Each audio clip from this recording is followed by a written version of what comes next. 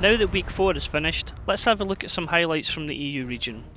Rusty Roster got some vital points on the board as they won both of their matches in week 4. They beat Swift comfortably 5-2 and then were able to see out the Wild Bunch after playing a tiebreaker. After winning 2 matches last week, Go Hard continued a run of dominant matches as they beat Knackerbroad 5-1 and then Rage Quit 5-0. On Saturday, Legend surprised everybody by taking Knackerbroad to a tiebreaker and then actually defeating them.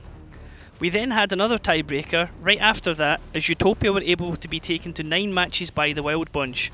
And despite doing what they could, the Wild Bunch lost the match and came away with only 1 point. With only 2 weeks to go, it is vital now for teams to pick up points in the EU region. 7 teams are separated by only 4 points, so there's everything to play for right now. Let's have a look at those standings. Ding now sit in first place after Utopia dropped a vital point in their tiebreaker with the Wild Bunch.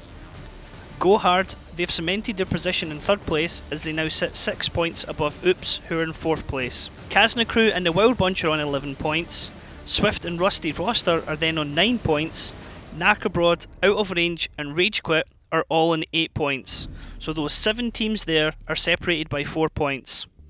Now due to rescheduled matches, the Wild Bunch now only have 2 matches left, while every other team has at least 3. It's going to be a very tense end to the Phase 1 of the EU Gold Series.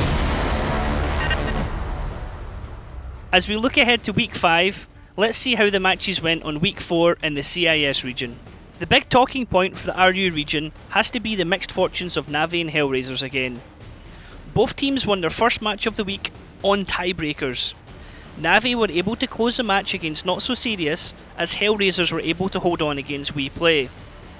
In the next match, however, it was the clash of the Titans, as Navi and Hellraisers came face to face. In a match that potentially had tiebreaker written all over it, it was a shock turn when Navi stepped up and demolished Hellraisers 5-0 in the space of an hour. Let's have a look at the standings for the RU region, as we can see it's just as close as the EU and North American regions. Hellraisers share top spot with Carpe Diem on 18 points. Following close behind them is Not So Serious on 17 points, and then Navi on 16. The next 7 teams are then only separated by 3 points. One team has 12 points, the other team has 9 points, and everyone else is in between them. As with EU, only 4 of those 7 teams can remain in Phase 1.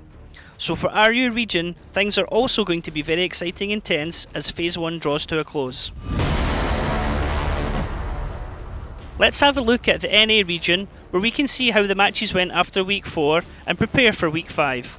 In the battle for top of the table, Eclipse have dropped some points against Aquatic M60s as they were defeated 5-3. To counter that, Apex, looking strong, did stumble a little bit as they defeated 07 Gaming 5-3. Eclipse then bounced back with a 5-0 victory against rival Simple Tankers, whilst Apex had to go into the tiebreaker to beat Deja Vu.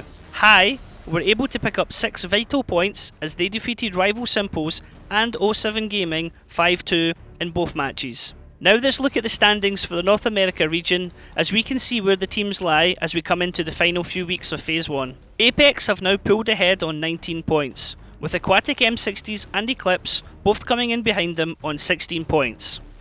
Deja Vu sit on 4th place from positions 5 to 9, the teams are then only separated by 3 points. With only 2 matches left, there's everything to play for, as sadly one of those teams won't be staying in the Gold Series for Phase 1. Let's have a look at the APAC region, where we saw some surprise endings to matches and some amazing tactics.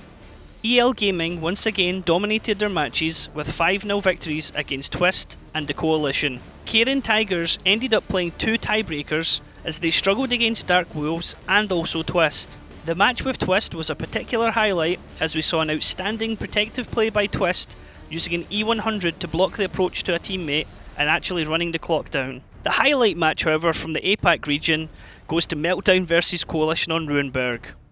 Meltdown were the defending team and brought 2 Tier 9 Batchats, 1 E100 and then 5 Mows.